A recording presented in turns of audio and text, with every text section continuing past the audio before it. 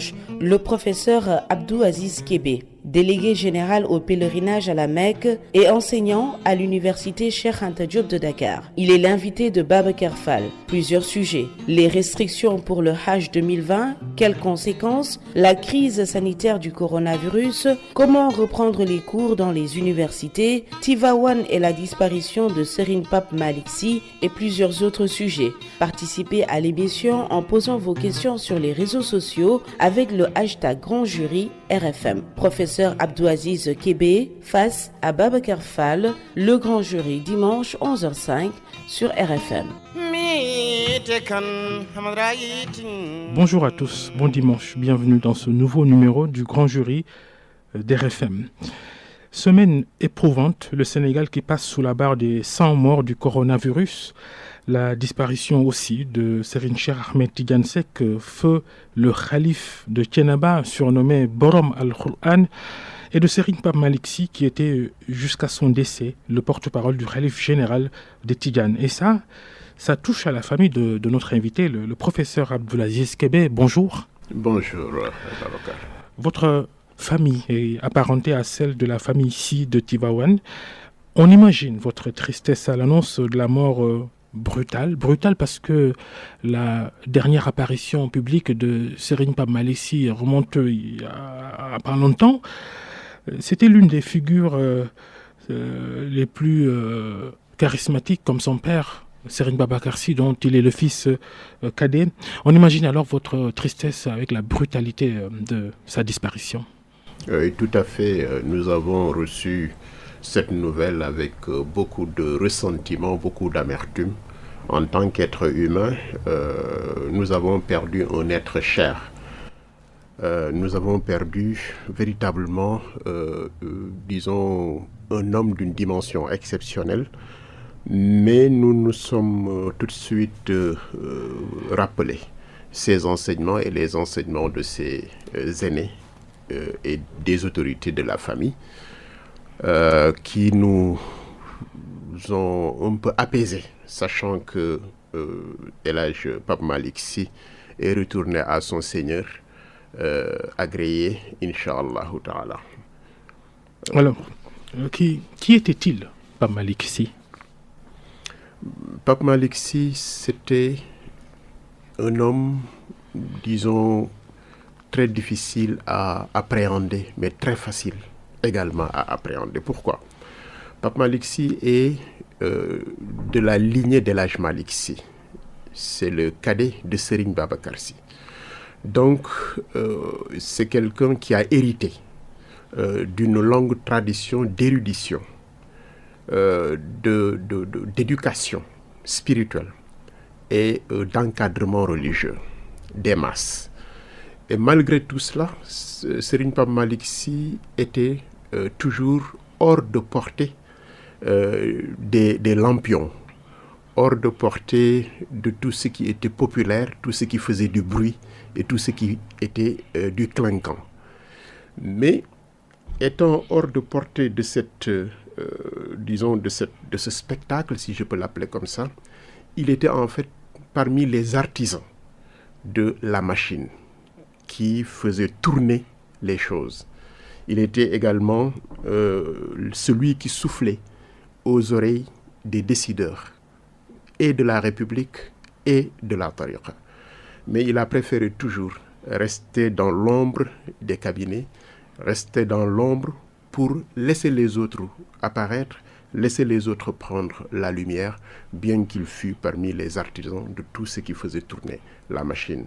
On ne le connaît pas avec une daïra, on ne le connaît pas avec une association de soutien, une association des amis de Pape Malick.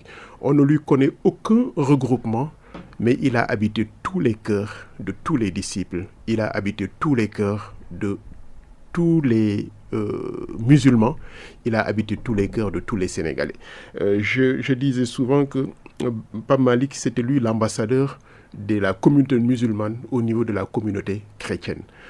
En 1992, lorsque le pape Jean-Paul II faisait sa visite au Sénégal, c'était Pape Malick qui a été porté, qui a été à l'accueil et qui a été porté la voix des musulmans. Tout récemment, nous l'avons vu bénir des prêtres.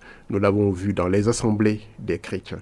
Donc Pape Malick, c'est un homme qui a compris que la dimension humaine est au-dessus. Son esprit d'ouverture, open mind carrément, ouverture au monde moderne surtout, et à toutes les sensibilités religieuses. Absolument, parce qu'il met l'humain au-dessus de tout. Quand on met l'humain au-dessus de tout, les accidents qui sont en fait des identités qui ne sont pas des identités qui envahissent la peine, ne nous attire pas. Son maître, Serigne Cheikh Tidiane Sy radiyallahu ta'ala anhu, disait être trop musulman, trop juif, trop chrétien, cela ne fait que nous précipiter dans le précipice des incompréhensions.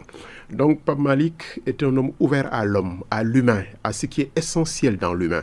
Et c'est pour cela que c'était une sorte de réceptacle de tous les êtres humains, à quelque secteur qu'il appartienne, que ce soit en religion, que ce soit en politique. Pape Malick Sy n'était pas un diviseur, Pape Malick Sy était un rassembleur. Ses relations avec son grand frère que vous venez d'effleurer, son grand frère, Serigne Cheikh Tidiane Sy Al Maktoum, auprès de qui il repose désormais pour l'éternité à Tivaouane. C'est une relation, disons, fusionnelle, si on peut l'appeler comme ça. Pape Malick Sy, c'est une projection de Serigne Cheikh. C'est une autre partie de Serigne Cheikh. Dès le jeune âge, Serigne Babacar Sy radiyallahu ta'ala anhu l'a confié à Serigne Cheikh pour qu'il prenne en charge son compagnonnage. Je parle de compagnonnage dans le sens traditionnel du terme, accompagner quelqu'un pour qu'il transmette les valeurs, pour qu'il transmette les ressources de vie, et pas seulement un compagnonnage pour être côte à côte. Et effectivement, Pape Malick Sy a eu avec Serigne Cheikh un compagnonnage dans le sens traditionnel du terme, où il lui a transmis toutes les valeurs de connaissance. Pape Malick était d'une érudition extraordinaire et d'une culture générale, si on peut l'appeler comme ça, en fait, qui ferait peut-être même envie à tous ceux qui ont des humanités très longues dans des universités. Mais Pape Malick était également porteur de connaissances mystiques très singulières, très rares. Il n'a jamais fait montre de ces connaissances-là, et c'est Serigne Cheikh radiyallahu ta'ala anhu lui a transmis toutes ces compétences, toutes ces valeurs de connaissances spirituelles, de connaissances politiques, de connaissances sociales, mais également toutes les valeurs de compétences de vie. Il lui a appris à vivre avec son monde, à vivre avec son temps, et à imprimer à son temps la direction qui permette de vivre en harmonie avec Dieu et avec la société. Pape Malick était d'une exemplarité et d'une élégance dans le verbe, dans le port, dans le geste, dans le don. Il était simplement la personnification de l'élégance. Et ça montre qu'il a incarné ce que Serigne Cheikh a transmis en lui, ce que l'homonyme de Serigne Cheikh nous a enseigné, être à tout moment en phase avec le beau, parce que c'est Dieu qui est le beau et il aime le beau. Donc, toute notre vie doit être empreinte de cette élégance, parce que nous sommes en phase avec Allah subhanahu wa ta'ala. Pape Malick Sy en était vraiment une personnification, si on peut parler comme ça. Son parcours politique, Pape Malick Sy, son emprisonnement dans l'affaire des 6 policiers tués dans une manifestation à Dakar en février de 1994, manifestation organisée par les Moustarchidines, accompagnés par le PDS d'Abdoulaye Wade à l'époque. Ça aussi, ça fait partie de sa vie, de son histoire, ce parcours politique. Oui, et qui ne commence pas avec ça. En fait, Pape Malick ne s'est jamais éloigné de la chose politique, parce que dans son éducation, dans l'école de Serigne Cheikh, le monde ne peut pas être compartimenté. C'est un tout, c'est un global. Et en tant que vicaire de Dieu sur terre, tout ce qui touche à l'humain, il doit être doit être la préoccupation du disciple, doit être la préoccupation de l'homme. Ainsi, Pape Malick Sy comme Serigne Cheikh ne se sont jamais éloignés de là où les causes justes sont en train d'être élevées ou d'être défendues. Depuis avant les indépendances, jusqu'au moment où Serigne Cheikh mettait en place son parti, jusqu'au moment où les événements dont vous venez de parler sont arrivés. Pendant tout ce temps, sur tout ce parcours, Pape Malick, comme je l'ai dit, a toujours été un acteur. Mais un acteur qui n'a pas voulu être au devant, mais laisser les autres prendre le devant. Donc c'est un homme qui est avisé sur la chose politique. Parce que la chose politique, c'est la chose sociale. Et c'est la raison pour laquelle il a toujours eu un mot à dire. Et tout dernièrement, pendant le mois du Ramadan, moi je disais que Pape Malick c'est un faiseur de paix. Effectivement, pendant le mois du Ramadan, je sais qu'il a eu à faire des démarches qui ont permis d'apaiser le Sénégal, qui ont permis d'étouffer peut-être même des choses qui auraient pu créer un peu de trouble dans ce pays-là. Mais c'était ça, Pape Malick, discret, avisé, discret et généreux. Il était aussi présenté comme un très bon porte-parole du calife. Qui pour le remplacer? Tivaouane dispose de plusieurs profils aujourd'hui pour ça. Oui, vous savez, dans toute organisation sociale, il y a ce qui relève des délibérations et il y a ce qui relève du pouvoir discrétionnaire de l'autorité. La désignation du porte-parole ne relève pas des espaces de délibération, en tout cas à notre niveau. Nous ne sommes pas des délibérants à ce niveau-là. Cela relève du pouvoir discrétionnaire de l'autorité qui est Serigne Babacar Sy Al-Khalifa, Serigne Babacar Sy Mansour. Et comme vous le dites, la famille, la communauté, d'ailleurs, je ne limite même pas ça à la famille, la communauté recèle de personnes qui peuvent être à côté du Khalife Serigne Babacar Sy Mansour pour porter la parole de Tivaouane. Serigne Mansour Sy Djamil, est-il un profil intéressant pour ça? Qui n'est pas un profil intéressant pour ça? Tivaouane a vécu avec les divergences. Et ça, même la religion musulmane, dans sa trajectoire, dans son histoire, elle connaît. Tivaouane donc semble avoir survécu à ces divergences. C'est presque l'union sacrée au plus grand bonheur des membres de la famille et des fidèles, de façon beaucoup plus large. On est des êtres humains, soumis à l'épreuve de la vie voulue par Allah subhanahu wa ta'ala. En tant qu'héritier de la mission prophétique, la famille de Tivaouane n'a pas échappé à l'épreuve de la famille de Sayyidina Muhammad sallallahu alayhi wa ala alihi wa ashabihi après sa mort. Mais cela n'a pas laissé, alhamdulillah, cela n'a pas laissé d'amertume, cela n'a pas laissé de ressenti, parce que les contradictions faisant partie de la vie, les autorités de la religion, les autorités de la communauté ayant compris que les contradictions font partie de la vie et font avancer les choses, mettent en relief les leçons à prendre, ce qui est positif dans le compagnonnage et oublie ce qui, dans le parcours, faisait partie de l'épreuve. Et comme dit le Coran, comme Allah subhanahu wa ta'ala le dit, nous ne vous laisserons pas dire « nous avons cru » sans que nous vous ayons testé pour voir qui parmi vous sera le plus endurant. Je pense que c'est cette endurance d'ailleurs qui a étoffé la personnalité des autorités de Tivaouane et qui font qu'aujourd'hui, il n'y a rien qui puisse arriver sur le Sénégal sans qu'ils en soient, eux, les pare-chocs, les ressorts qui nous permettent de ne pas en subir les contre-coups. C'est cette expérience qui leur a donné cette étoffe-là, et Dieu merci. Sidi Lamine Niasse, quand il parlait de ces divergences dans le monde musulman, il les considère comme une force et non une faiblesse. Comprenez-vous cette idéologie-là? Oui, c'est ce que je disais tantôt, c'est-à-dire qu'une épreuve, c'est toujours, quand on sort d'une épreuve, on sort toujours plus fort, on sort toujours mieux outillé, on sort toujours avec plus de ressources, d'endurance, de résilience, de compréhension des choses, des paramètres, d'acceptation sans être résigné.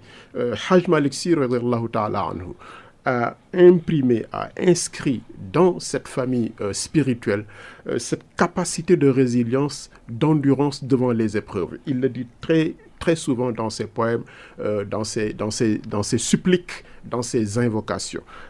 Pour le musulman, Serigne Cheikh Tidiane Sy disait d'ailleurs que la patience, l'endurance, ajoutée à la foi, faisait de nous que nous soyons des escadrons muets. Ça veut dire que donc l'épreuve permet de fortifier les soldats que nous sommes, des soldats pour la mission prophétique. Donc en ce sens, nous comprenons bien Sidi Lamine, qu'Allah l'accueille dans sa miséricorde, dans son immense miséricorde. Dans le monde musulman, l'épreuve est une quotidienneté. Et de façon plus générale, pourtant, entre les fondateurs des confréries musulmanes sénégalaises, entre leurs khalifes, il y a toujours eu des relations de respect, de fraternité, mais aujourd'hui, chez certains fidèles, on constate des dérapages, notamment sur les réseaux sociaux. C'est dans l'air du temps.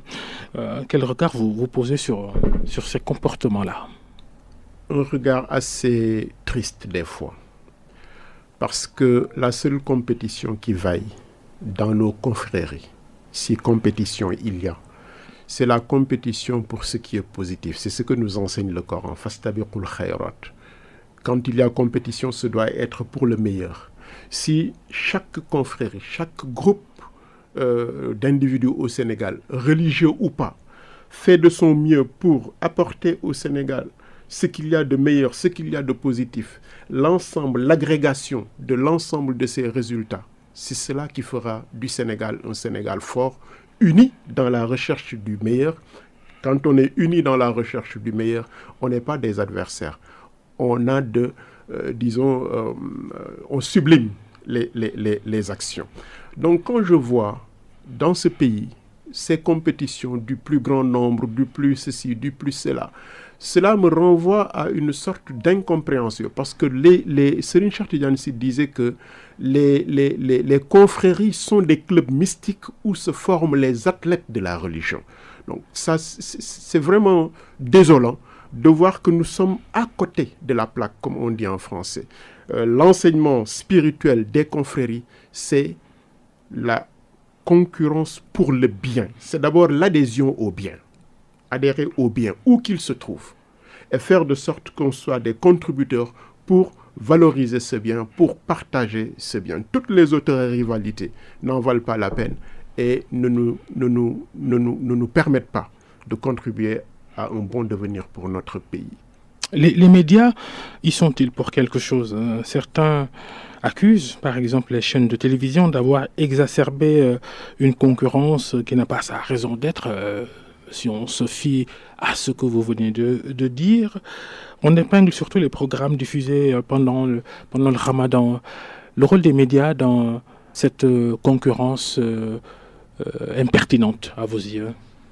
Je suis un peu désolé de dire que les médias, quelquefois, consciemment ou inconsciemment, et je pense que c'est inconsciemment, contribuent à déréguler les choses. Parce que quand on crée les conditions d'une rivalité entre groupes, on joue un peu pas le rôle de régulateur qu'on devait jouer. Parce qu'en fait, les médias, je pense même que le mot média, dans le mot média, il y a médiation, c'est-à-dire être entre, milieu, pour trouver le milieu. Je pense que c'est ça ce qui est important dans la compréhension, en tout cas, que nous avons des médias. Or, il y a des espaces, en fait, qui ne sont pas des espaces de transmission de connaissances, mais ce sont des espaces, disons, d'exacerbation, un peu, des rivalités entre les confréries ou entre les marabouts. Or, ce que nous avons appris dans nos confréries, c'est que l'espace public est un espace qui appartient à tout le monde. Les spécificités confrériques ne doivent pas être exposés dans l'espace public, parce que c'est ça ce qui entraîne la rivalité, la contradiction, la négation de certaines choses. Il y a des spécificités pour chaque confrérie. On les limite aux espaces privés dans ces confréries. Les radios et les télévisions sont des espaces publics. Quand on y amène les spécificités confrériques, on le met devant tout le monde, on le soumet au devoir et au droit de critique, de donner un point de vue différent. Or, au niveau du sacré, la critique, le point de vue différent peut être considéré comme étant une injure, comme étant une impolitesse. C'est pour cela que ce qui concerne les spécificités confrériques doivent rester dans le milieu privé des confréries. Et je pense que les médias doivent revoir un peu certaines émissions de mon point de vue. En tout cas, c'est mon opinion. Je pense même que CNRA doit regarder de plus près le cahier de charges par rapport à certaines émissions qui peuvent... Vous savez, la religion, la croyance, elle est tellement profonde, ancrée chez l'individu, qu'un tout petit élément peut créer une incompréhension et même quelque chose qu'on regretterait. Il y a le Moussel. Oui, cette vieille revendication quand même des religieux. La religion dans les médias aujourd'hui, assez de place ou très peu de programmes? C'est difficile d'avoir un programme de 24 heures sur 24 heures et que tout ce programme soit substantiel. C'est extrêmement difficile. Par conséquent, je pense que nous devons revoir un peu. Est-ce qu'il est nécessaire d'avoir un feu continu également dans les médias? Si on doit avoir un feu continu dans les médias, est-ce qu'il ne faudrait pas revoir un peu la question, en tout cas les rediffusions? C'est-à-dire avoir dans nos programmes un moment de diffusion, un moment de rediffusion, pour qu'à tout moment, en tout cas, qu'il y ait plus de substance qu'autre chose. Je pense effectivement que les animations, les émissions d'animation, c'est important, mais également, par rapport à la substance, en tout cas, que doit véhiculer le média, quelquefois, ça pose problème. Je rappelle que notre invité devant le grand jury, le professeur Abdoulaziz Kébé, le délégué général au pèlerinage à la Mecque. L'Arabie Saoudite, qui abrite les lieux saints de l'islam, a décidé de ne pas autoriser la venue de fidèles musulmans d'autres pays en raison de la pandémie de Covid-19. Seuls les Saoudiens et les étrangers vivant sur le sol saoudien ont le droit d'effectuer le Hajj cette année. Vous vous y attendiez? Oui, en effet, oui. Nous nous y attendions parce que dans la religion, il y a 5 éléments qui encadrent toutes les actions, toutes les règles juridiques. Et la première de ces règles, le premier de ces principes, c'est la préservation de la vie. Il faut d'abord être en vie et avoir une bonne santé avant de commencer de parler de religion. Or, avec la Covid-19, nous avons vu que l'Arabie Saoudite a été l'un des premiers pays à avoir peut-être même compris la dangerosité des choses, parce qu'au moment où elle fermait ses frontières, beaucoup d'autres pays ne l'avaient pas encore fait. Mais c'est parce que les autorités saoudiennes sont conscientes du nombre de personnes qui vont en Arabie Saoudite et de la dangerosité de cette maladie, de sa transmission qui est si fulgurante. Puisque la maladie ne recule pas, puisque les conditions de transmission restent les grands rassemblements, puisque également ça demande une prise en charge assez lourde, si je puis parler comme ça. Je pense que l'Arabie Saoudite a bien fait de prendre ces dispositions-là, de prendre ces mesures-là, et nous y attendions un temps soit peu. C'est pas la première fois dans l'histoire du grand pèlerinage qu'on annule le Hajj. C'est arrivé plusieurs fois. Bon, disons qu'il y a eu plusieurs fois où le Hajj a été victime de perturbations, où on a pris des mesures qui ont limité un peu le flux de personnes. Voilà. Mais bon, c'est la première fois en tout cas que je vois une autorité centrale, c'est-à-dire le gouvernement saoudien, qui prend cette décision de fermer les frontières et de procéder à un Hajj local, à un Hajj interne. Mais encore, c'est tout à fait raisonnable et c'est conforme aux enseignements de la religion. Les formalités pour les Sénégalais qui avaient envisagé de s'y rendre? Il n'y avait pas encore d'inscription. Aucun quota n'a été donné à qui que ce soit. Parce qu'on a entendu le gouvernement saoudien dire arrêter les formalités. Absolument, parce qu'on était sur le point de commencer. On n'avait même pas commencé à enregistrer. Attention, côté privé, il y en a qui ont déjà payé. Ils n'ont pas de quota.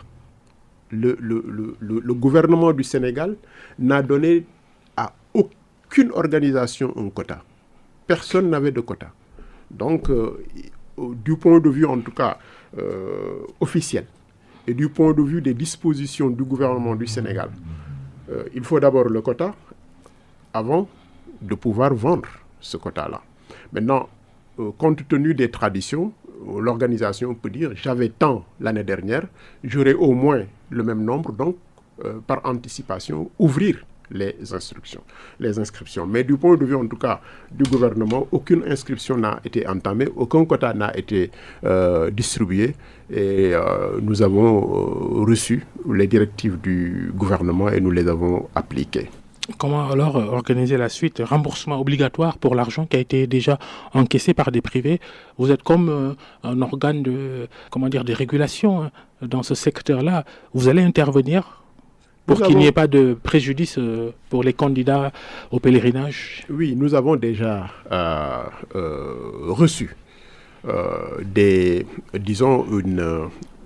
représentation des organisations privées. Depuis le mois de mars d'ailleurs. Et nous avons donné les directives du gouvernement et les organisations privées elles-mêmes sont tout à fait conscientes que si le futur pèlerin ou le candidat au pèlerinage qui s'était inscrit demande à être remboursé, effectivement, ces candidats-là doivent être remboursés. Les organisateurs privés eux-mêmes sont conscients de cela. Je pense qu'il n'y a pas de malentendu à ce niveau. Maintenant, je n'ai toujours pas, en tout cas, entendu jusqu'à ce jour, je n'ai pas reçu un seul élément ou une seule plainte venant d'un candidat au pèlerinage et qui dirait que voilà, je m'étais inscrit, je demandais à être remboursé et je n'ai pas été remboursé. Donc je pense que les choses sont régulières. Les organisations privées de voyage pour la Mecque aussi anticipent. Certains ont déjà pris des engagements auprès d'hôtels en Arabie Saoudite. Est-ce que vous allez les laisser purger ce préjudice-là ou est-ce que vous avez des schémas pour eux pour que personne ne soit lésé? Oui, si on est au courant. C'est-à-dire qu'il y a quand même il faut comprendre que les organisateurs privés agissent en tant qu'entrepreneurs. Ils ont donc leurs fournisseurs, ils ont leurs clients et ils traitent avec eux dans le cadre dans un cadre civil et commercial. S'il y a un préjudice dans ce cadre civil et commercial, il y a également une voie qui est préconisée par la législation, par la réglementation, pour régler les contentieux qui surviennent à ce niveau-là. Maintenant, si la DGP est touchée par un ou plusieurs organisateurs sur un préjudice dans le cadre de cette activité commerciale et civile, la DGP prendra le temps qu'il faut et les dispositions qu'il faut pour encadrer, assister cet organisateur ou ces organisateurs-là pour qu'ils ne soient pas lésés. Le quota pour le Sénégal en 2020 était-il déjà arrêté? Pas encore. Il n'était pas encore arrêté parce que le quota de 2019 était de 12 800. Est-ce que c'est un quota correct pour le Sénégal? Si, c'est un quota correct. Mais on avait demandé à augmenter le quota jusqu'à 16 000. Ah. Maintenant, on n'avait pas encore reçu la réponse par rapport à cette augmentation-là. C'est la raison pour laquelle, d'ailleurs, aucun quota n'avait été distribué, parce qu'on attendait de voir quel est le quota qui nous serait alloué entre les 12 000 et les 16 000 pour pouvoir faire la distribution au niveau des organisateurs privés.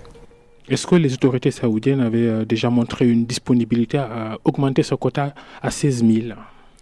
En fait, il y a une commission qui s'occupe de ça. Nous avons fait les démarches qu'il faut. Ils ont accusé réception et bon, nous attendions. Et je pense que ça pourrait avoir... en tout cas, l'augmentation était possible. Maintenant, jusqu'à 16 000, je ne sais pas. Espérons que d'ici là, que le Covid-19 s'amenuise. La maladie qui a tué, hélas, plus de 100 personnes au Sénégal sur plus de 6500 cas. Est-ce que vous êtes surpris par ces chiffres, Abdoulaziz Kébé? Franchement, non. On ne le souhaite pas. Mais les choses, quand on les regarde de manière objective, quand on voit le mode de transmission et notre mode de vie, quand on voit la pyramide des âges dans notre pays et la précarité ou en tout cas la vulnérabilité de certaines classes d'âge, quand on voit les mesures barrières qui ne sont pas respectées comme il faut, quand on voit tous les rassemblements qui se font dans ce pays-là et rapporté en tout cas au mode de transmission de la maladie, on a peur, on est inquiet.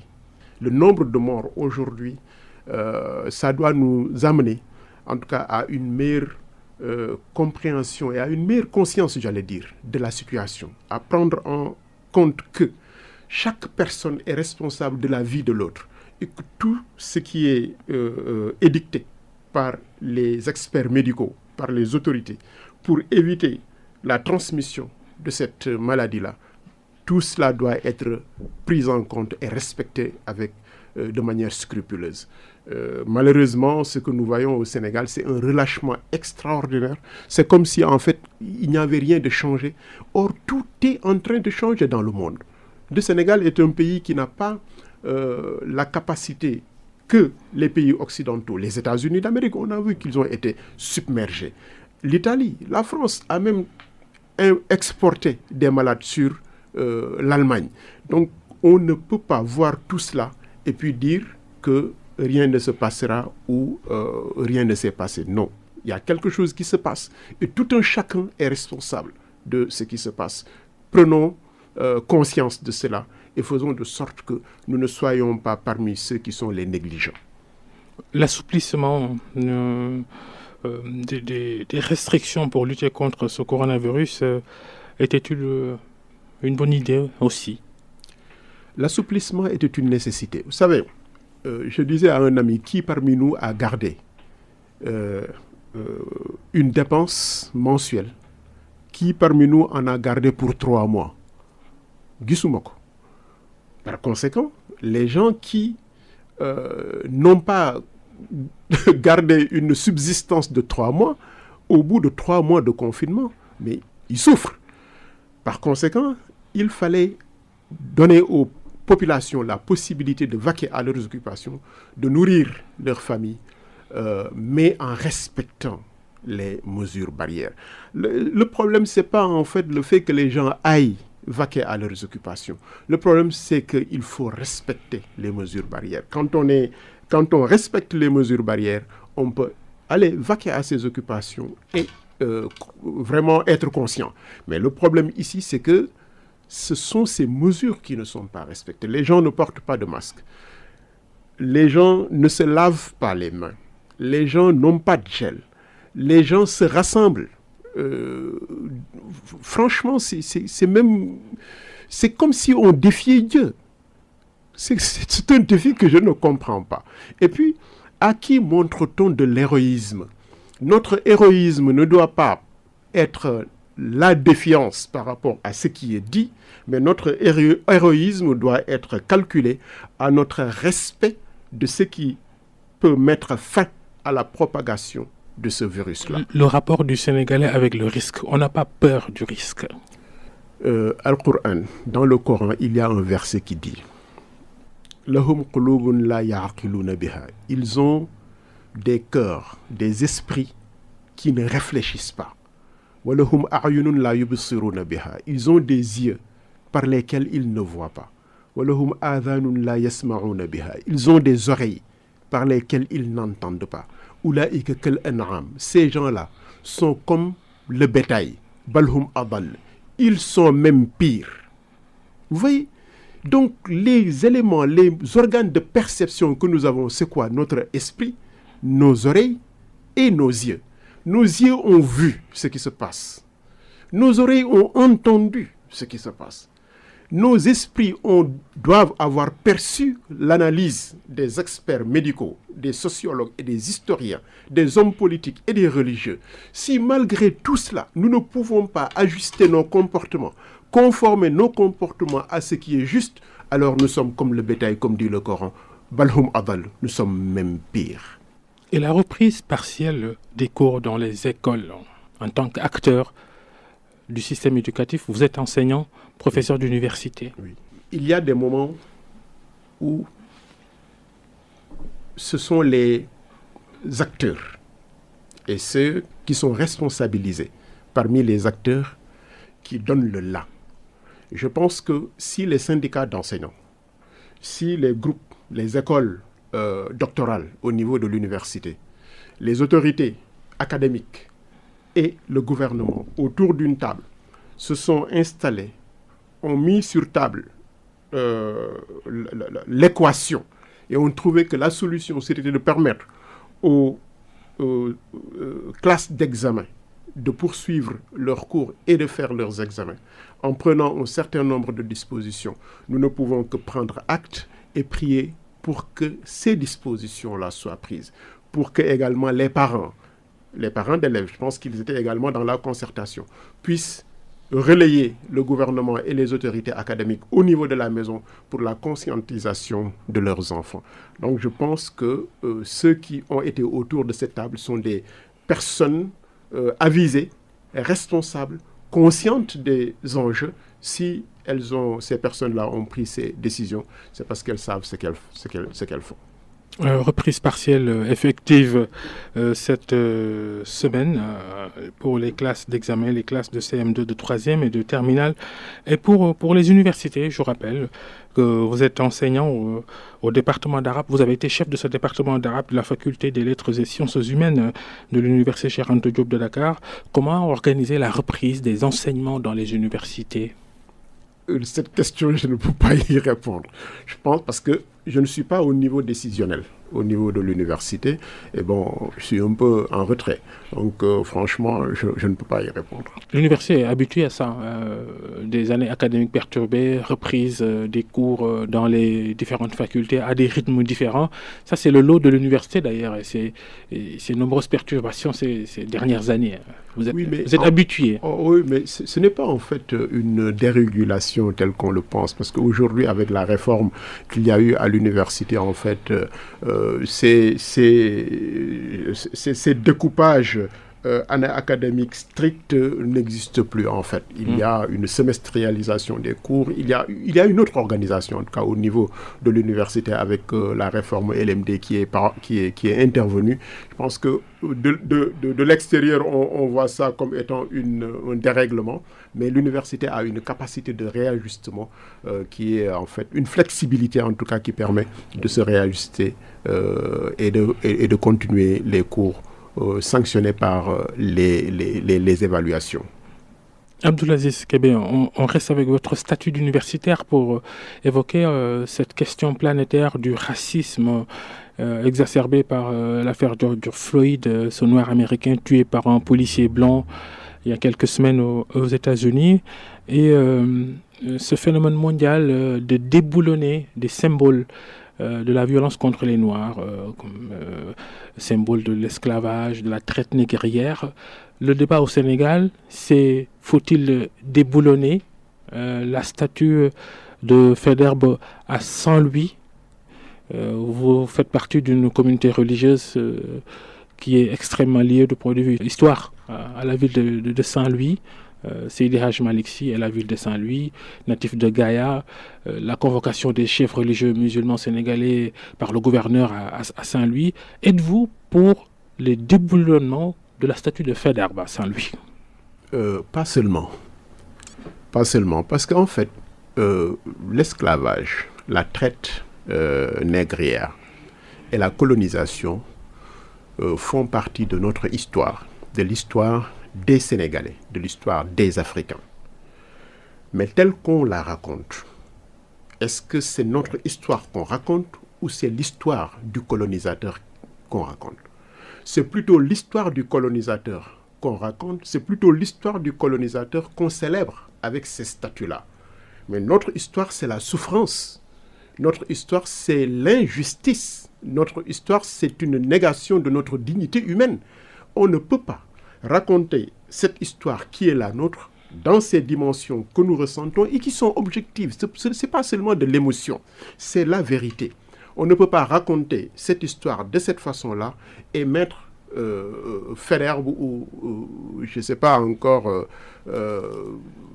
Colbert ou en tout cas ces esclavagistes-là qui portent le nom de nos rues, de nos écoles et les célébrer. Ce n'est pas possible. Je pense qu'il est temps que nous racontions nous-mêmes notre histoire, notre souffrance, la négation de notre dignité par le colonisateur.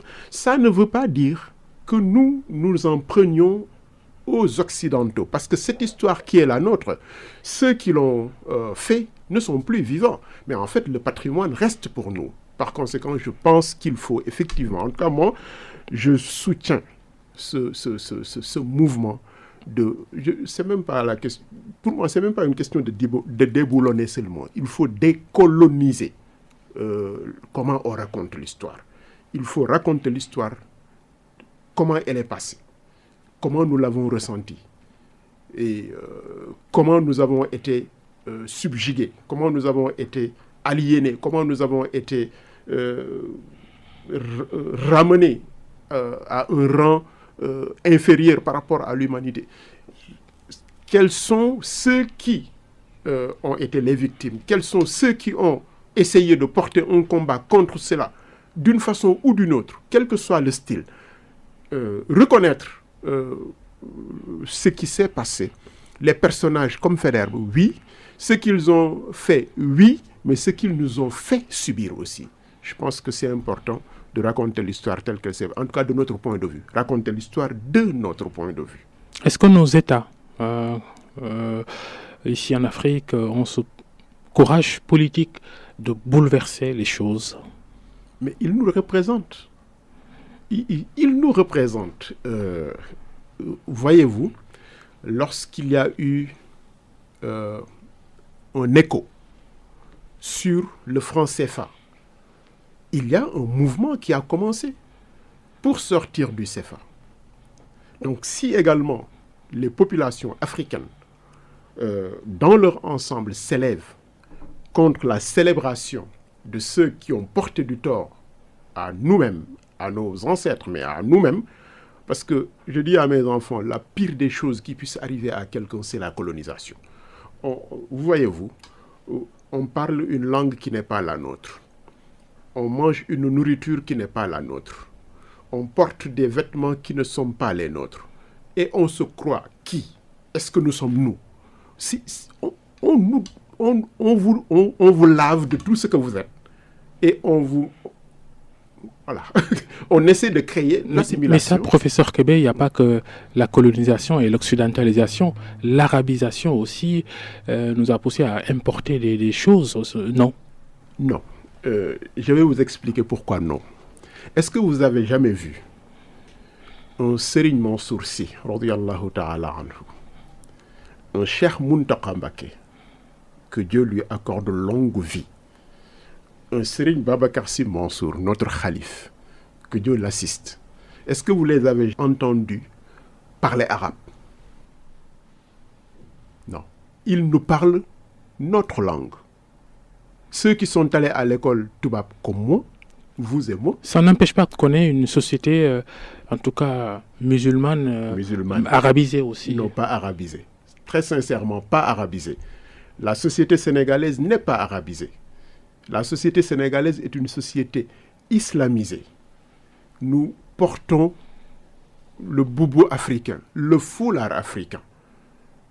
Nous faisons le tchet à l'africain. Nous faisons la circoncision à l'africain. Nous nous appelons Babacar Abdelaziz. Oui, à ce niveau, oui. Ce ne sont pas nos noms. Je suis d'accord. À ce niveau, oui. Et Serigne Cheikh Tidiane Sy le disait, et moi je le dis souvent à mes étudiants, on n'a pas besoin de changer de prénom quand on entre dans l'islam. Parce que le prénom fait partie également de notre identité. Mais cela ne fait pas que nous soyons arabisés. C'est vrai que nos noms sont arabisés, mais nos modes de vie ne sont pas arabisés. Non. Nos chefs, voyez-vous, moi je pense même qu'il faut aller au-delà. Ceux qui ont fait les daras, ils comprennent l'arabe. Je vous ai parlé tout de suite de nos illustres khalifes. Ils comprennent l'arabe, arabe châtié. Mais vous ne les avez jamais entendus dire que comment on le dit en wolof. Non. S'ils sont poulards, ils ne le diront pas. La dara, c'est un espace où l'on apprend l'arabe, la religion, l'arabe en tant que moyen d'apprentissage et le wolof en tant que moyen d'apprentissage. On en sort avec une langue locale renforcée, avec une parfaite connaissance de la langue arabe, mais on n'en sort pas, disons, assimilé arabe. On ne voit pas. C'est ça la différence. Il ne faut pas que notre volonté de raconter notre histoire coloniale nous amène à entrer dans le jeu de l'Occident qui veut également que nous pointions le même doigt sur l'islam. Non, ce n'est pas pareil. Il faut avoir aussi la capacité de faire le distinguo entre l'islam et la civilisation arabe, non. Absolument. Aussi. Et ça, c'est une grosse confusion au Sénégal, vous l'avez constaté vous-même. Oui, mais cette confusion que nous avons au Sénégal n'a pas la même dimension que cette assimilation qu'on a faite avec la langue française, avec la culture française, jusqu'à ce que quand nous nous adressons à nos peuples, nous ne nous adressons pas avec notre langue. Quand le khalife général s'adresse à son peuple, il s'adresse avec sa langue. Donc, il y a effectivement une confusion entre ceci et cela, entre arabisation et islam, mais les chefs religieux du Sénégal ont toujours compris que l'islam est notre religion, mais nous sommes restés africains. Serigne Babacar Sy radiyallahu ta'ala anhu, quand il recevait les shérifs, il parlait wolof. Serigne Cheikh Tidiane Sy traduisait en arabe. Pourtant, c'est lui le maître de Serigne Cheikh. Mais c'est montrer que nous sommes africains, nous sommes sénégalais, nous portons le sénégalais, nous parlons le sénégalais. Je pense qu'il nous faut revenir à un peu... C'est ça, en fait, le grand défi, c'est le défi de l'école. Quelle école avons-nous? École Toubab, école française, école arabe. Ce ne sont pas nos écoles. École au Sénégal, c'est ça notre école. Quand est-ce que nous allons construire notre école? Il va falloir que les imams réfléchissent à cesser de parler aux fidèles en arabe pendant les prières du Jumu'ah ou les prières de Eid. Ça aussi, c'est un gros problème. On ne peut pas parler une langue que l'assistante ne comprend pas. Vous savez, les rituels, le sacré et le rituel